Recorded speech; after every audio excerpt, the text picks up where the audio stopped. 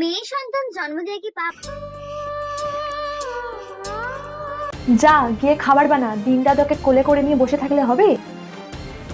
ওকে ছাড় এবার। বারবার তো শুধু মেয়ে জন্ম দিচ্ছিস, একটা ছেলে জন্ম দেওয়ারও তো মরদ নেই, আবার ওকে নিয়ে আদিক্ষেতা করছে। চল যা, মুখ পুরি, গিয়ে খাবার বানা।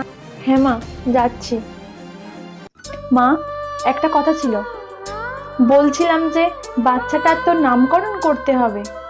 কোনো দরকার নেই আপদটার নামকরণ করার, এই আপদটার যে কোনো একটা নাম রেখে দে। আমার কত ইচ্ছে ছিল একটা নাতি হবে। আমার নাতি হলে আমি ধুমধাম করে নামকরণ করতাম, গোটা গ্রামের লোককে আমি মিষ্টি খাওয়াতাম। তুই আমার সব আশায় জল ঢেলে দিলি।